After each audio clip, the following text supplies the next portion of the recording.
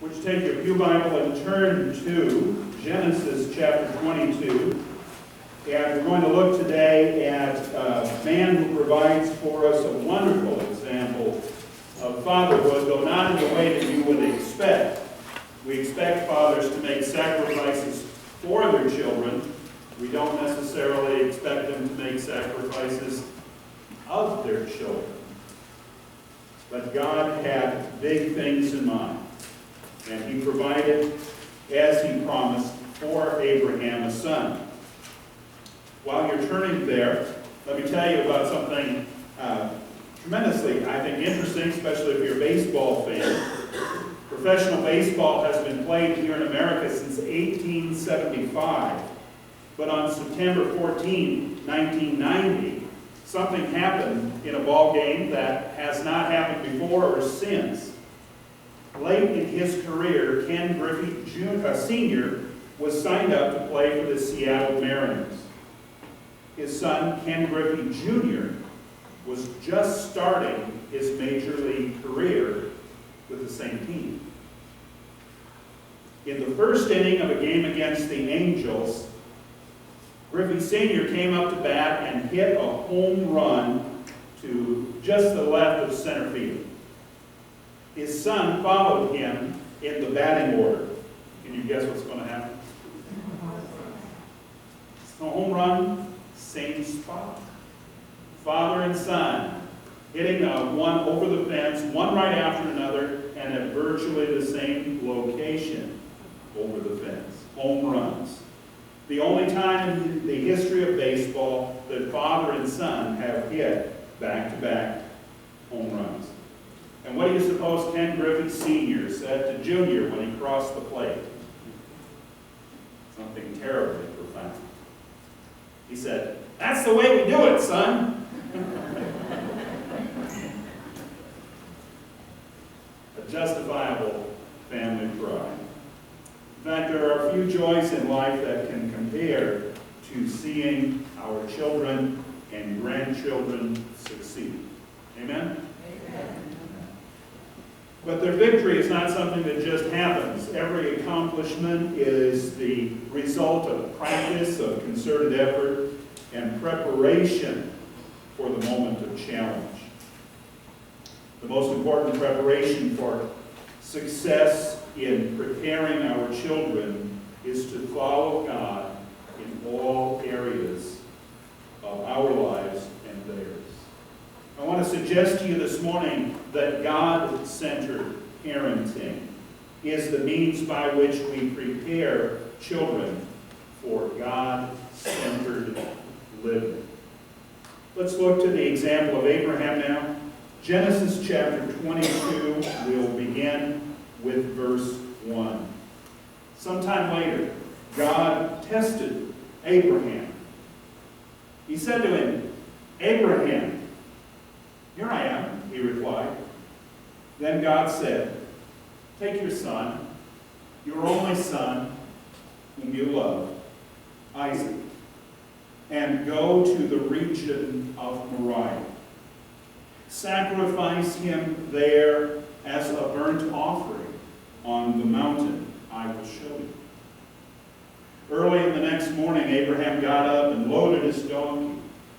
He took with him 2 of his servants and his son Isaac. When he had cut enough wood for the burnt offering, he set out for the place God had told him about. On the 3rd day, Abraham looked up and saw a place in the distance. He said to his servants, "Stay here with the donkey while I and the boy go over there.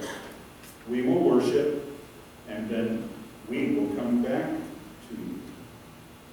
Abraham took the wood for the burnt offering and placed on it his son Isaac, and he himself carried the fire and the knife. As the 2 of them went on together, Isaac spoke up and said to his father Abraham, "Father?" "Yes, my son," Abraham replied. "The fire and the wood are here," Isaac said, "but where is the lamb or the burnt offering?" Abraham answered, God himself will provide the lamb for the burnt offering of my son. And the two of them went on together. When they reached the place God had told him about, Abraham built an altar there and arranged the wood on it. He bound his son Isaac and laid him on the altar on top of the wood. Then he reached out his hand and took the knife to slay his son. But the angel of the Lord called out to him from heaven, "Abraham! Abraham!" "Here I am," he replied. "Do not lay a hand on the boy. Do not do anything to him. Now I know that you fear God, because you have not withheld from me your son, your only son." Abraham looked up, and there in a thicket he saw a ram caught by its horns. He went over and took the ram and sacrificed it as a burnt offering instead of his son. So Abraham called that place, "The Lord will provide." And to this day it is said, "On the mountain of the Lord it will be provided." The angel of the Lord called to Abraham from heaven a second time and said, "I swear by myself, declares the Lord, that because you have done this and you have not withheld your son, your only son, I will surely bless you and make your descendants as numerous as the stars in the sky and as the sand on the seashore. Your descendants will take possession of the cities of their enemies, and through your offspring, all nations on earth will be blessed, because you have obeyed me." Then Abraham returned to his servants, and they set off together for Beersheba, and Abraham stayed in Beersheba. May God bless the reading of his word, and may he also bless our families. Folks, the truth that we need to grasp today is very simple in concept, more challenging in execution. It is this: the best parenting is God-centered parenting, not child-centered or self-centered. By way of contrast to God-centered parenting, self-centered parenting reduces children to pawns we move about to inflate our ego. The typical example is that of the stage parent, or the person who is yelling out angrily at a t-ball game. Don't pretend we haven't seen that person. Maybe, if we're honest, we've been that person, but it seems a little ridiculous, doesn't it? Elementary soccer or t-ball, to be that kind of involved. That's an indication of self-centered parenting. It leads to all kinds of abuse. And though it sounds better than self-centered parenting, child-centered parenting is just as far from God's will. Children have a place in most families, but it is not first place. It's one of my firm beliefs that when a man and a woman come together as husband and wife, they are a family, and children are welcome additions to it. Child-centered parenting tends to raise self-centered and godless adults. The biblical standard is God-centered parenting. It requires the most work and the most discipline, but provides the most joy and the best results. The best results being that children grow up with God in their hearts and His Word in their actions and their words. Let's take a look at this passage very briefly this morning. You've got some message notes to help facilitate our understanding of this.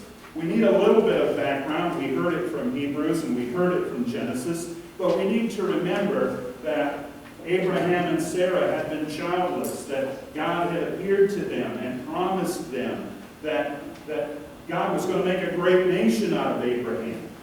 And many years after that promise was given, there were no children upon which to found a nation. And so they were then visited by God and promised with a son and brought forth a son in their old age. This was a miracle. 25 years after the promise was made, the promise was kept. And Isaac was brought into the world. With that background then, knowing how much this one male child meant, not just to his proud parents, but to the entire world, God appears in verse 1. Now the text tells us from the start that God was testing Abraham. We know that because we're told and we have the benefit of history, but Abraham was not told and experienced it anew. While child sacrifice was common in pagan cultures, it was not a practice of Abraham. In fact, in the ancient city of Carthage, archaeologists have unearthed a pagan temple, and in that temple they have found the remains of literally thousands of children sacrificed to a false god. One of the false gods that was worshipped in ancient cultures was called Molech, and his form would often be made of a metal statue that was hollow in the middle.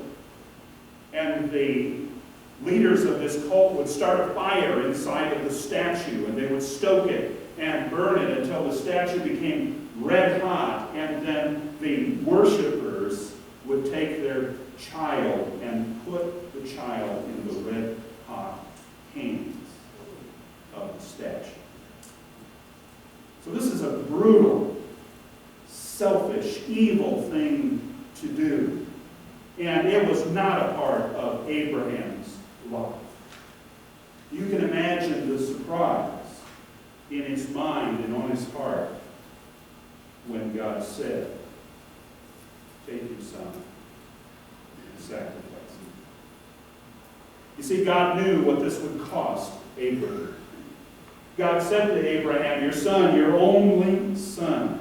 He's not counting Ishmael, the illegitimate son, but he is saying, this is the child of promise. And I know he's the only child of promise, whom you love. God recognized that Abraham loved Isaac.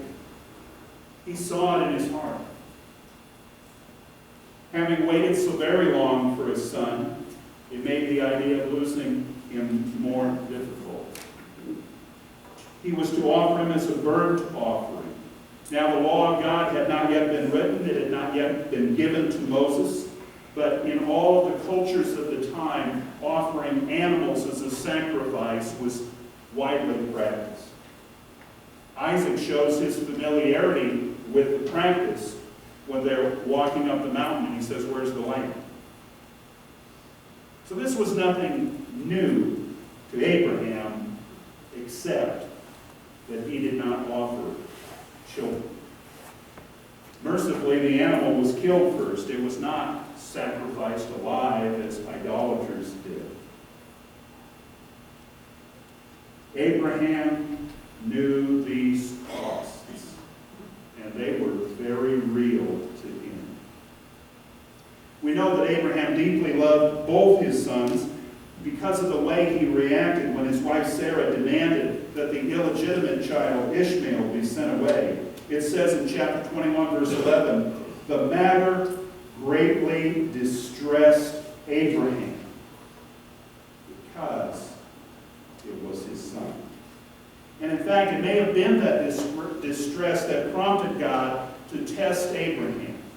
Now here's the thing. When you're in school and the teacher gives you a test, the teacher doesn't know what kind of grade you're going to get.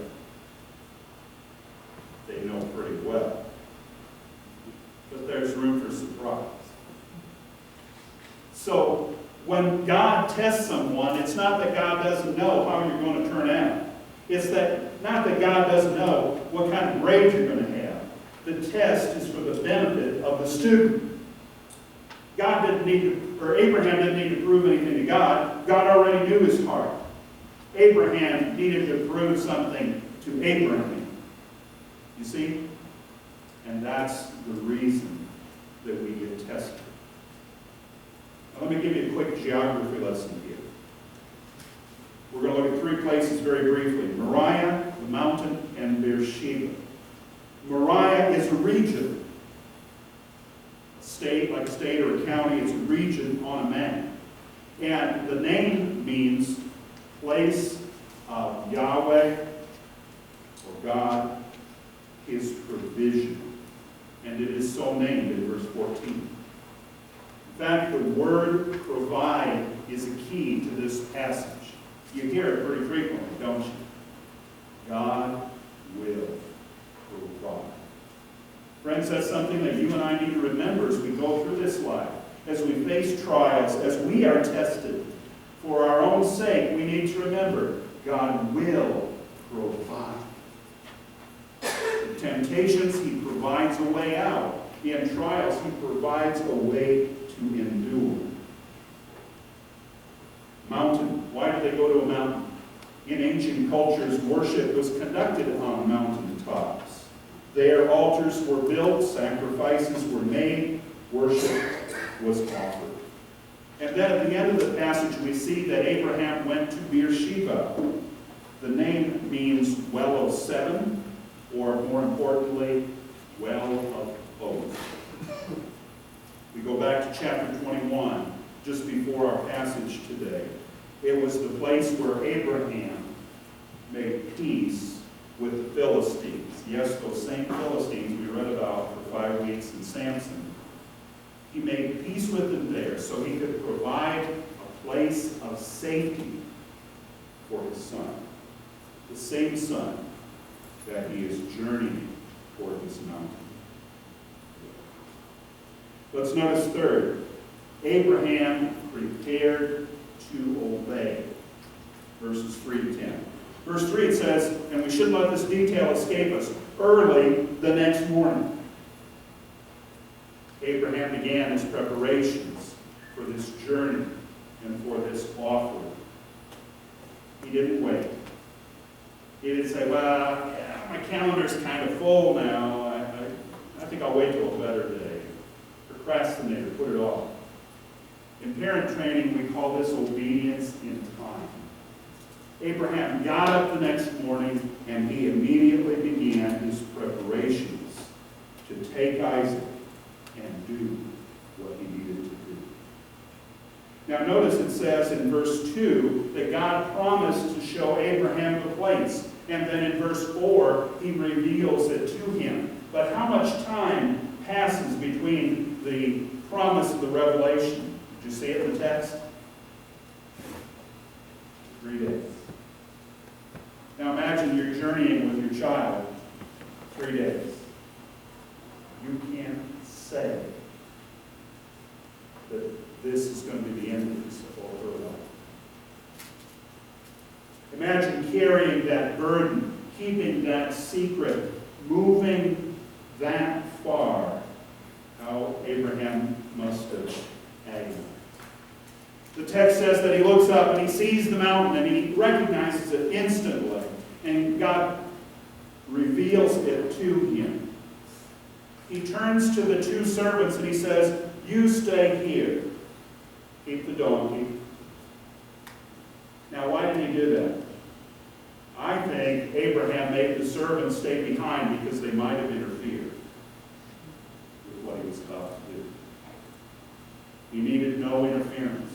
But notice what he said to them in verse 5. I and the boy will go over there, pointing to the mountain. We will worship, and notice, we will come back to you. Already by faith, Abraham, who has not got it figured out how, knows that God is going to mend this situation. We will come back to you. Isaac was involved, but not informed. We don't know his age, but he's clearly able to speak and reason. And as they're going up the mountain, I think he's making his mental checklist. Wood, check. On my back. Fire, check. Dad's holding it. Knife, check. I can see it tucked into his belt. And it may have been a special knife used only for making sacrifices of this kind. And let's see, number 4 on the list is lamb. Whoops. Dad forgot the lamb. Isaac has no idea what's coming. He says, Dad, what about the lamb? We didn't bring a lamb with us. What are we going to do? And what Abraham says to Isaac is very instructive to us. He said, God will provide. Friends, God will provide. We have to act in obedience first, but God will provide. You count. Isaac trusted his father. The text is clear. They said no more about it and continued up the mountainside. Now that answer might seem a little evasive, but it is perfectly on point. Now how do we explain Abraham's part in all of this? Well, going by his actions, it's clear that Abraham's heart was resolved. He was motivated to obey God. That's simple. Obey God's commands. His rationalization was theological. He trusted God to have the power to fix it. And Hebrews 11, when we read that a few minutes ago, was what Abraham might have reasoned in his mind. God can raise the dead. So if I kill my son, he'll just raise him from the dead, I guess. There is no sign of inner conflict in Abraham. When they went to the mountaintop, he built the altar, which was collecting stones in a pile, no small amount of work. If you've ever harvested stones from a field, it's a lot of work. Bob, you know what I'm talking about. It's big, right? It's daily living. Okay? You get those stones together, you pile them up, you put the wood on it, and then he does a curious thing, the first time that Isaac has ever experienced it. Dad ties him up. He lifts him on top of that pile of stone and wood, and then he reaches in and draws the knife. He's obeying God. Now let's notice fourth and finally that God blessed Abraham's obedience. God stayed Abraham's hand, sparing Isaac. And there's a painting by Raphael, one of the old-time masters of painting, and it shows this scene. And here's Isaac on the altar and on the wood and bound up. And Abraham has one hand over Isaac's face so he can't see what's going to happen, and so that his neck is exposed. And the angel swoops in from heaven and grabs the knife hand of Abraham so hard that he drops the knife. But what's interesting to me is that the other hand of the angel is stretched out as if to slap him. Drop that knife or I'm going to slap you. Don't make me come down there. God intervened to spare Isaac's life. And many, many years later, when God's law was written down, when it was revealed to Moses, in Exodus chapter 13, you can check it for yourself, God said, the firstborn are mine. Doesn't matter if it's little people, little animals, but the firstborn belong to me. And that is an outgrowth of Abraham's obedience. Now God explained a little bit of what was going on here to Abraham in verse 12, 15 to 18 as well. This was a test to reinforce Abraham's faith. Because this isn't about Isaac. It's about Abraham. And because Abraham demonstrated that he did not value the life of his son above the love of God, because he was willing and obedient, God confirmed these promises. He said, you're going to be blessed. You're going to have descendants that are innumerable. Those descendants are going to possess the cities of their enemies, and that they are going to be my blessing to the entire world. Wow, those are four pretty great blessings.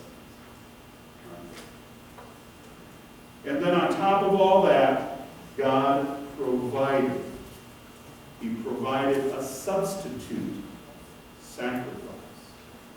Now imagine in that day it was not terribly unusual for a ram to get his horns caught in a thicket. But to have that happen right there, at that time, was clearly supernatural. Abraham perceived it in this way, and that's why he named the mountain the place where God was.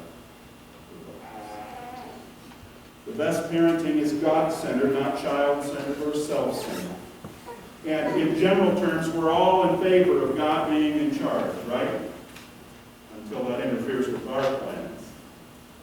We are all in favor of following God until it becomes painful or inconvenient. Friends, we cannot have it both ways. The Bible teaches that God does not change and that He is in charge. And while we as human beings are the pinnacle of creation, we bend to follow His will, not the other way around.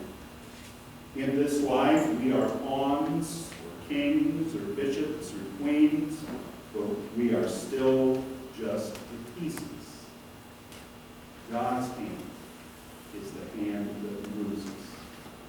And some days, we just need to build a bridge and get over ourselves.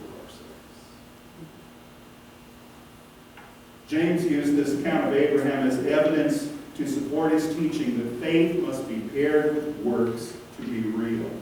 And from him we get this third interpretation of the life of Abraham. Here's what James says to us. I'll summarize it for you. He says, though Abraham could not in the moment have known what the will of God was, how this was going to work out, he did everything God commanded. That's our key today. We're not all parents at the moment. Maybe we never will be, but we're all disciples of God. Here's the key. If necessary, obedience comes before understanding. You've experienced it with children. You give them an instruction or a command, and they say, why? And what are they exhibiting in that moment? It's disobedience, isn't it? Defiance, disrespect, disappointment. Why would we treat our Heavenly Father in that way? I want to suggest to you this morning, as we conclude our worship service, that you take this thought, pray about it, and seek the Lord, and say to Him, like Abraham, I'm willing to obey first and ask questions. We're going to sing about the faith of our fathers now as we conclude this time of worship.